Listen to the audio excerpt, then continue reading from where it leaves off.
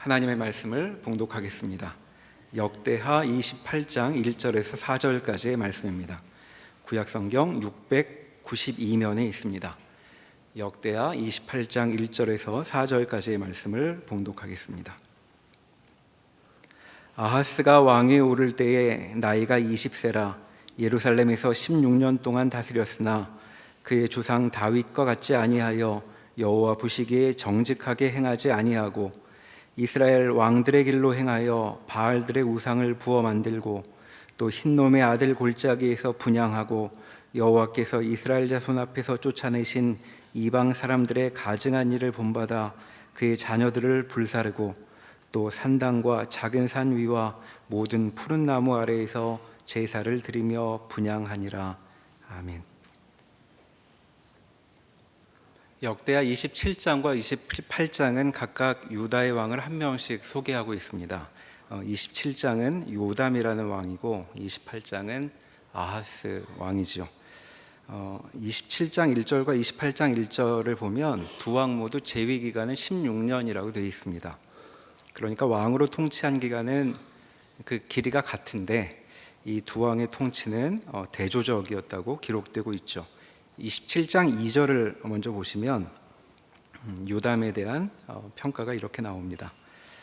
그의 아버지 우시아의 모든 행위대로 여호와 보시기에 정직하게 행하였으나 여호와의 성전에는 들어가지 아니하였고 라고 합니다. 자, 그는 여호와 하나님 보시기에 올바르게 행했던 왕이었습니다.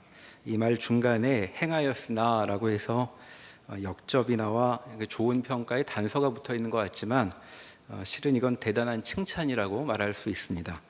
왜냐하면 그의 아버지 우시아의 일을 우리가 기억해 볼 수 있죠. 아버지 우시아는 26장에 역대하 26장에 기록되어 있었는데 그 아버지 우시아 시대는 나라가 밖으로는 강성하고 안으로는 아주 풍요로웠던 시절입니다.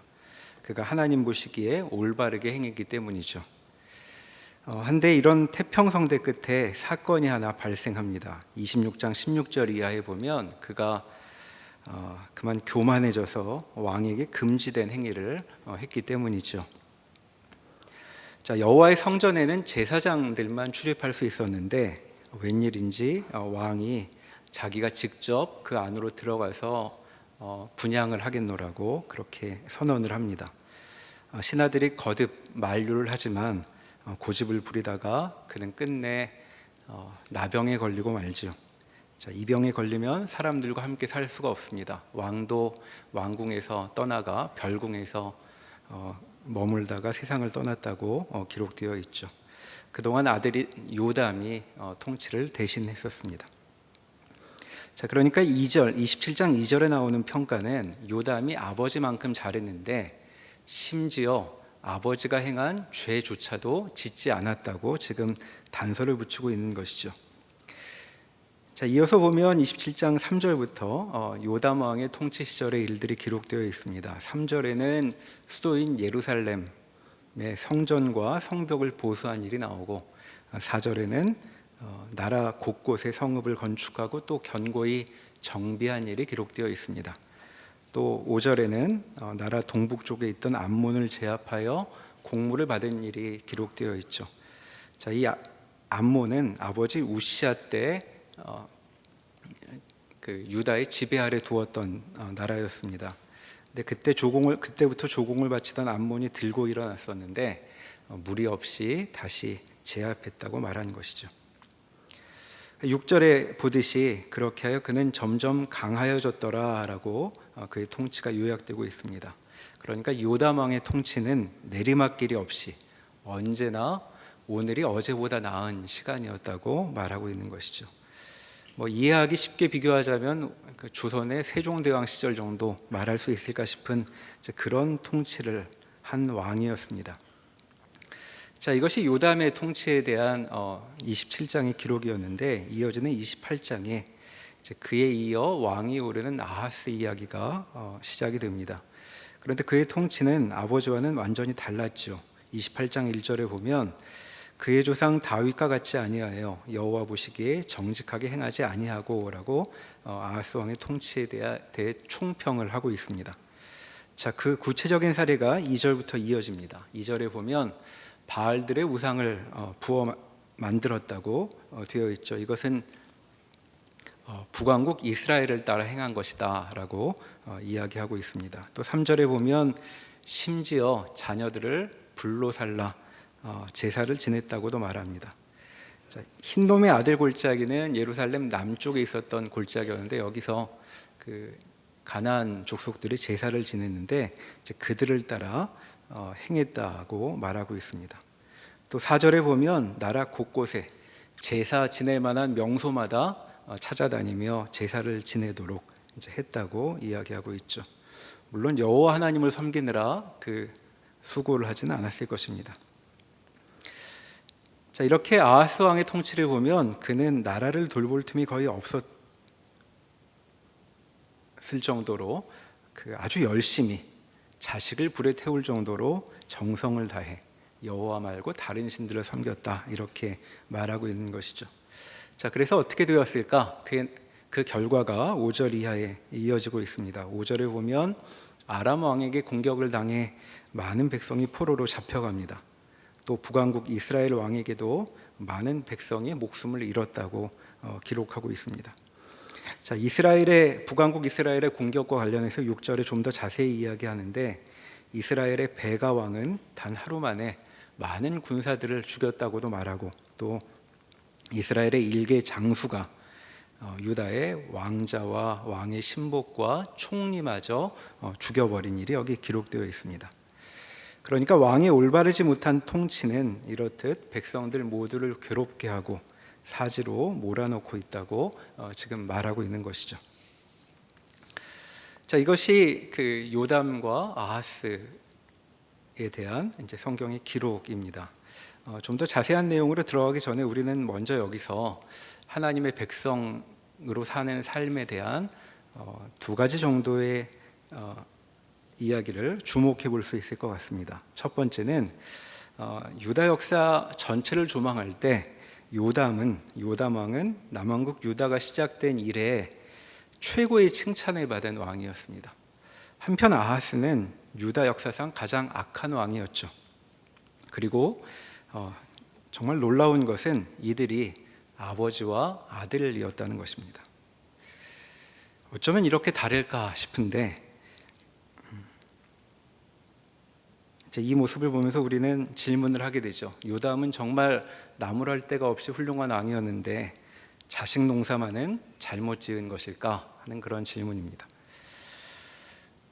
그가 우리 같은 보통 사람이라면 그도 자식을 귀하게 여겨서 자식이 잘 되기를 바랬을 것이고 또 하나님을 잘 섬기는 왕이었으니 자기 아들도 하나님을 잘 섬기는 사람으로 자라나도록 많은 애를 썼을 거라 생각할 수 있죠. 그럼 대체 무슨 문제가 있었길래 일이 이렇게 된 것인가? 근데 성경을 보면 우리가 이렇게 자연스럽게 떠오른 질문을 아예 하지 않고 있는 느낌이 듭니다. 지금 27장과 28장에 최고의 왕과 최악의 왕이 등장을 했는데 한 장 더 넘겨서 29장에 보면 아하스의 아들인 히스기야가 나옵니다. 자, 히스기야는 하나님께 열심히 기도하여 생명도 연장을 받은 선한 왕이었죠. 그리고 33장으로 쭉 넘어가 보면 거기 히스기야의 아들인 므낫세 왕이 등장을 합니다. 자, 므낫세는 유다를 멸망시킨 장본인이라고 할 왕이었죠. 자, 그러니까 선한 왕과 악한 왕이 계속 교차되며 이제 등장을 하고 있습니다.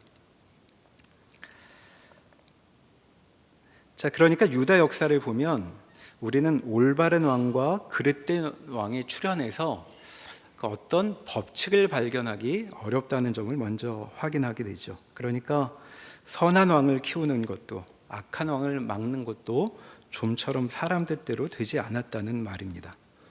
선한 왕도 자기 자식을 선한 왕으로 키워내기가 어려웠고 악한 왕도 자기 자식을 자기처럼 악하게 만들기 어려웠다고 성경은 보여주고 있는 것이죠. 자, 이것은 우리가 이제껏 살면서 가져온 통념과는 잘 들어맞지 않는 성경의 특별한 점이라고 말할 수 있겠습니다.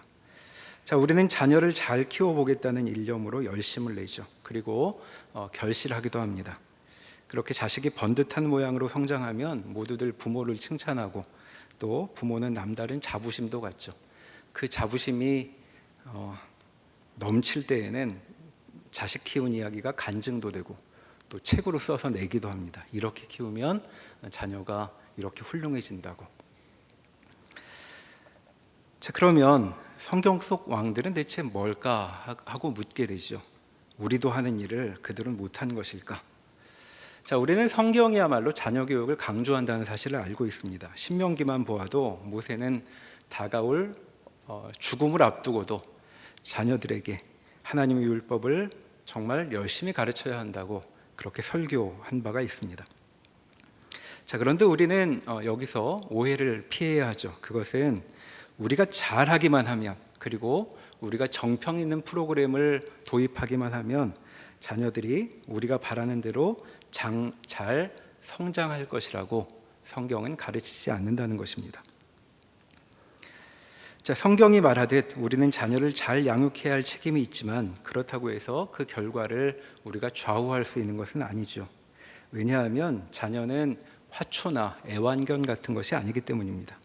그들은 우리와 같은 인간, 하나님의 형상을 품은 인간이어서 부모의 손에 좀처럼 다 들어오지 않는 그런 커다란 존재지요.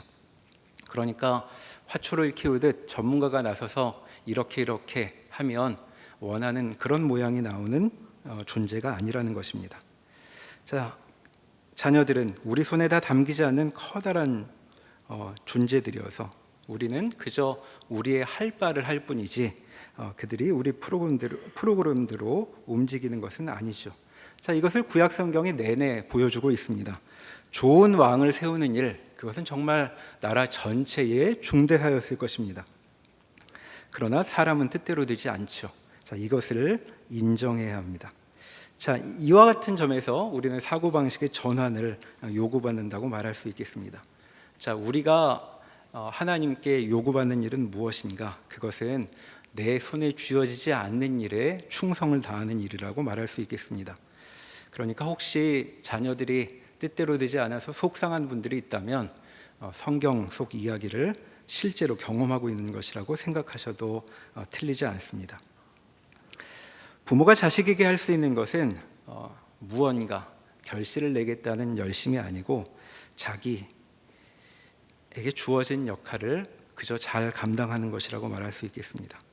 그저 부모에게 중요한 것은 먼저 자기 인생을 진실되게 살아가는 것이라고 말할 수 있겠죠. 자녀들을 나름대로의 모양으로 키워가려고 애를 쓰다가 또 잘 안 되면 이게 다 너 잘 되라고 하는 일이야 라고 화를 낼 것이 아니고 오래된 우리 교회 표어처럼 부모는 먼저 너나 잘해 라는 그 책임을 잘 감당해야 맞을 것입니다. 자, 이렇게 우리는 성경에서 인간의 힘으로는 제어할 수 없는, 우리가 다 이해할 수 없는 그런 인간의 모습을 만나게 되는 것이죠. 인생사가 다 그렇듯 여기 보면 이 부족함이 없는 요담 왕은 겨우 16년 만에 41살의 나이로 세상을 떠나고 맙니다. 유다 역사로 보면 참으로 안타까운 일이었겠으나 하나님의 일을 우리가 다 알 수는 없는 것이죠.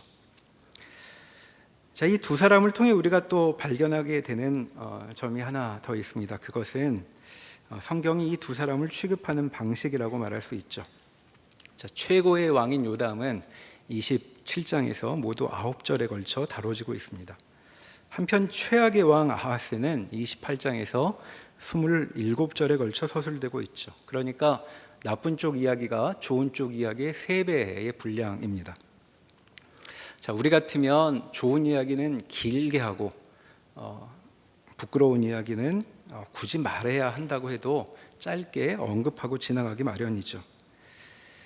특히 자랑이라도 하고 싶다면 어두운 이야기는 아예 감추곤 합니다. 그럼 성경의 관심사는 무엇일까 하는 생각이 들죠. 하나님이 뭔가 지금 자랑스러운 일들을 말하려고 하셨다면 이제 이야기를 이렇게 쓰시면 안 될 것 같습니다. 자, 그것을 보면 성경의 관심사가 하나님이 얼마나 일을 멋있게 내시는지 이제 그런 거를 보여주는데 있지 않다고 우선 말할 수 있겠습니다. 성경은 지금 여기 아하스의 일에 오래 눈길을 머물게 하고 있는데 이것은 그가 얼마나 못났는가를 보여주려고 하는데 있지는 않죠. 자, 이런 바보 같은 왕 좀 보라고 사방팔방 소문을 내려고 아하스의 이야기를 길게 들려주는 것이 아닙니다. 오히려 성경을 따라가 보면 성경은 아하스의 행동을 보면서 아주 깊은 수심에 잠겨 있다고 말하는 것이 좋겠습니다.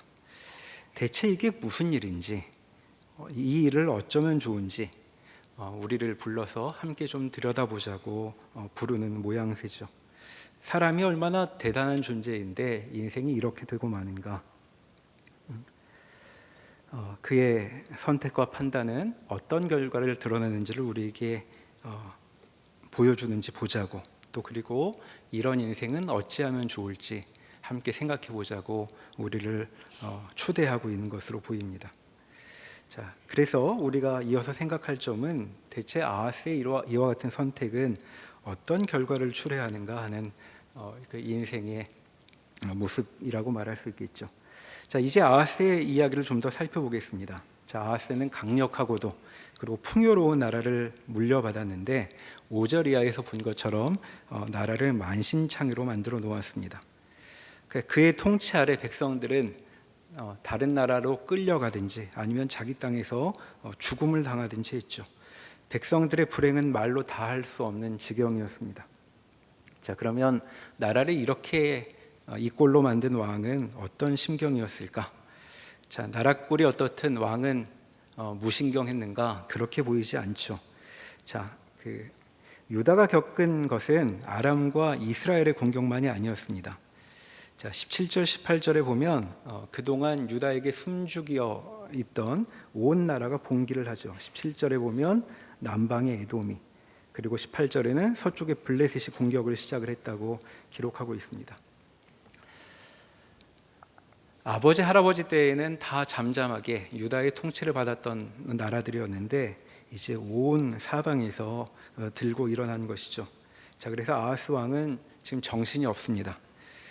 16절 이하에 보면 이와 같은 일을 당해서 아하스 왕은 아람 뒤쪽에 있는 북방 나라 아수르의 도움을 청합니다.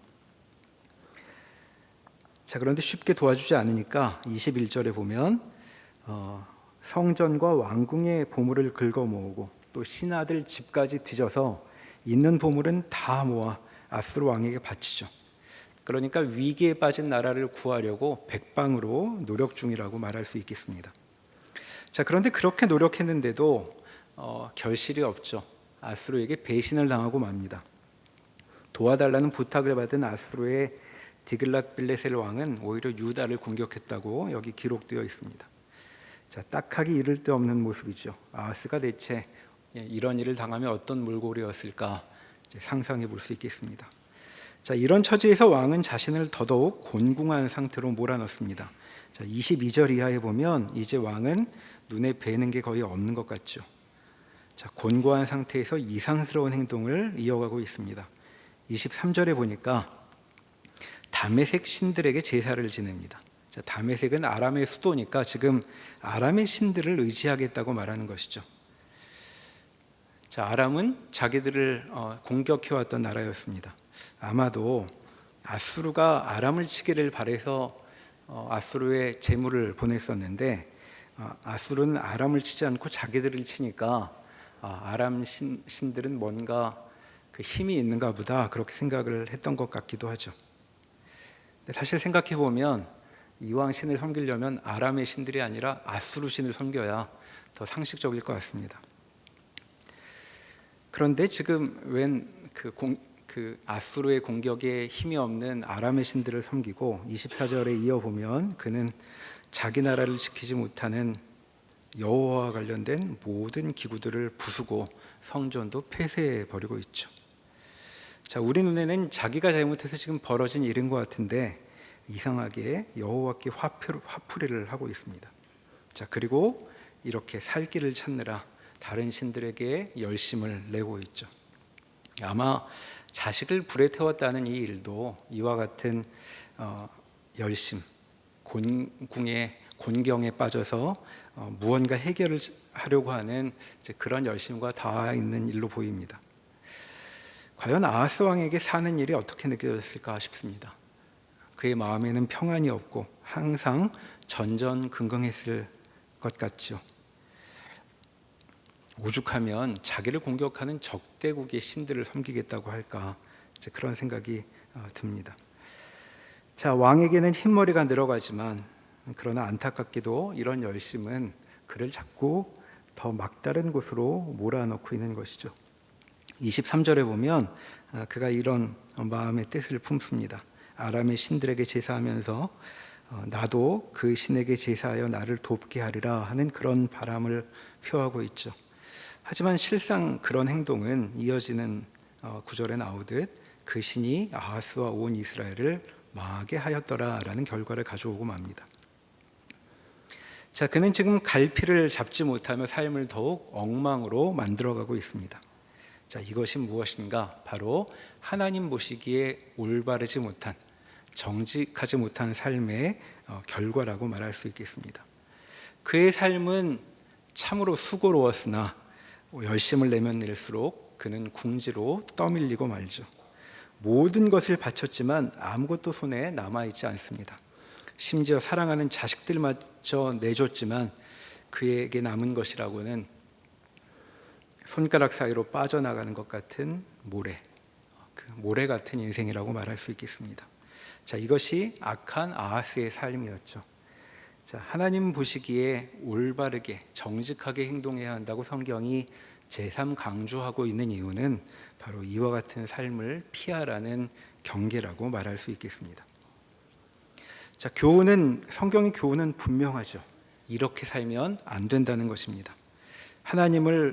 우리는 하나님을 외면하고 살 때에도 삶을 우습게 여기는 것은 아닙니다. 삶을 망치려고 우상을 섬기는 것이 아니죠. 삶을 좀 더 견고한 터 위에 두겠다고, 그리고 더 나아가 더 제대로 살아보겠다고 열심을 냈던 것입니다.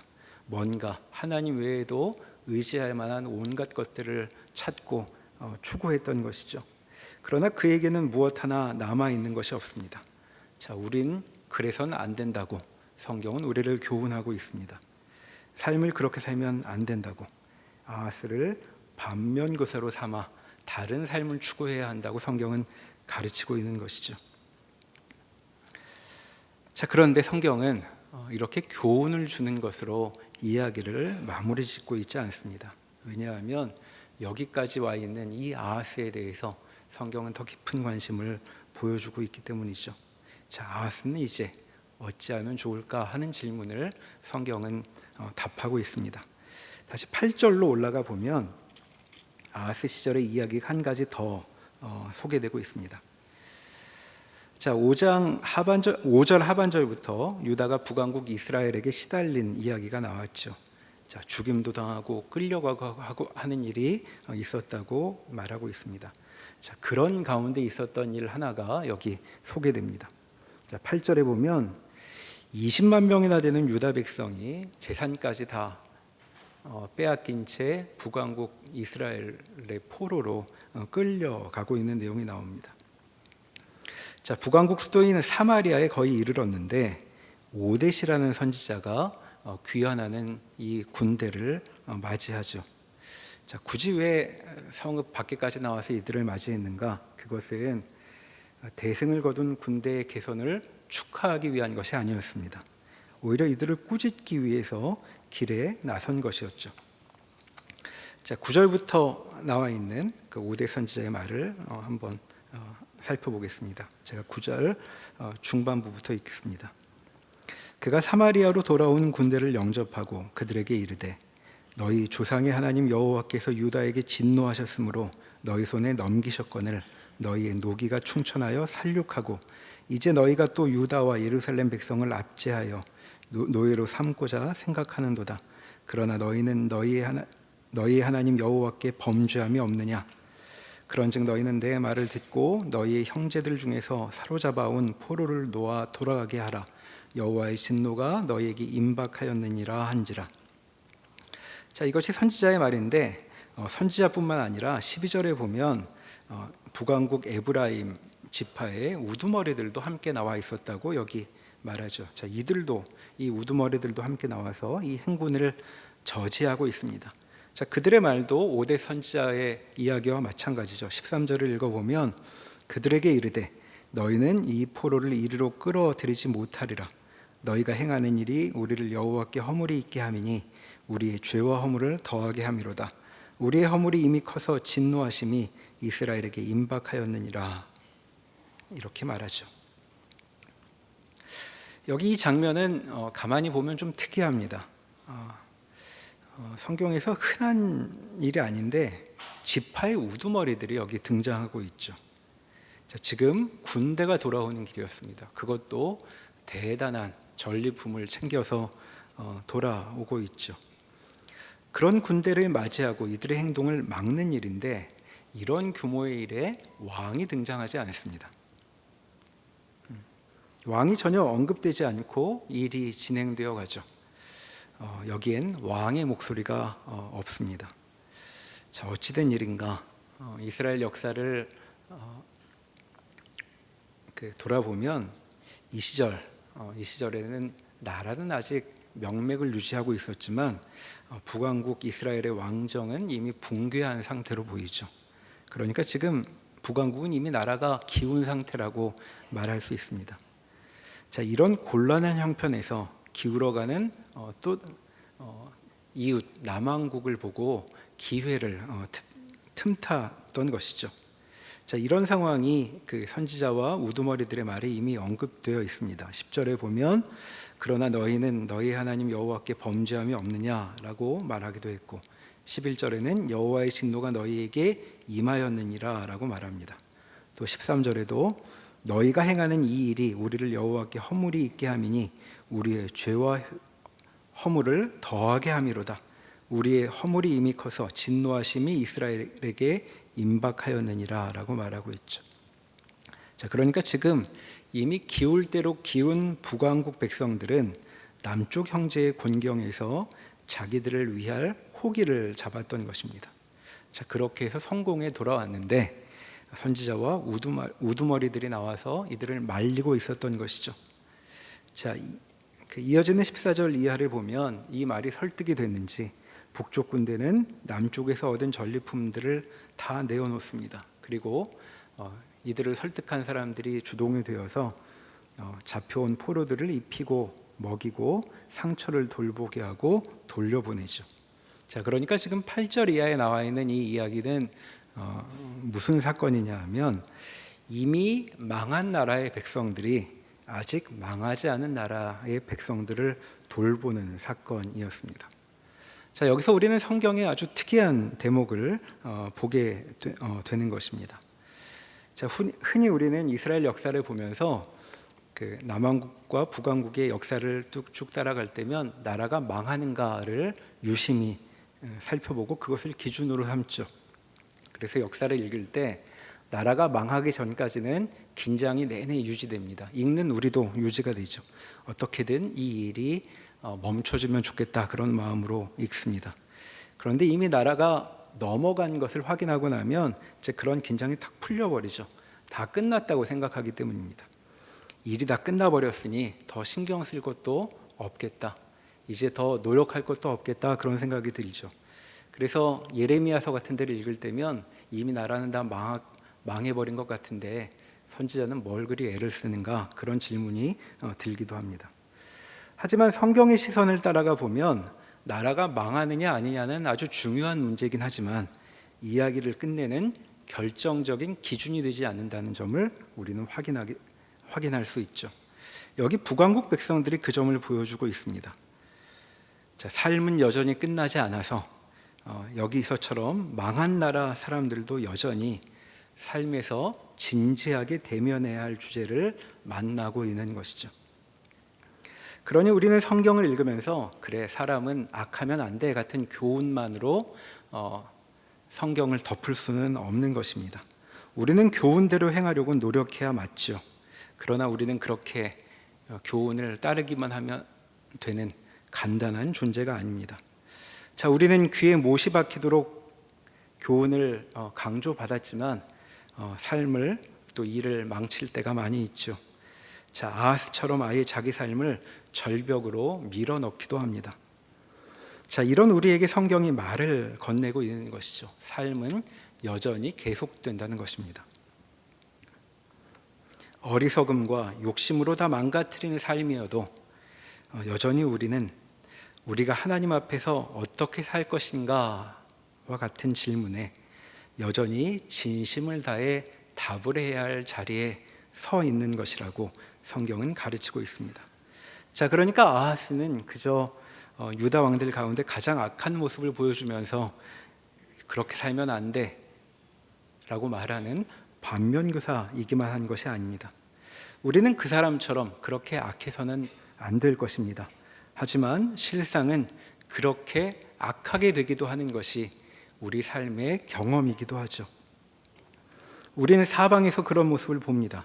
그리고 심지어 우리 자신에게서도 아하스와 같이 삶을 망가뜨리고 전전긍긍하며 삶을 더욱 곤경으로 몰아넣고 있는 것을 발견하죠. 자, 예수님이 대신 감당하신 죄의 무게는 그렇게 간단한 것이 아니었습니다. 사람은 어리석게도 또 욕심스러워서 아하스처럼 모든 것을 잃어버리기도 하죠. 자, 그럴 때 어찌하면 좋을 것인가? 성경은 그 질문까지도 우리에게 내어놓고 있습니다. 여기 북왕국 백성들이 그 답을 보여준다고 말할 수 있죠.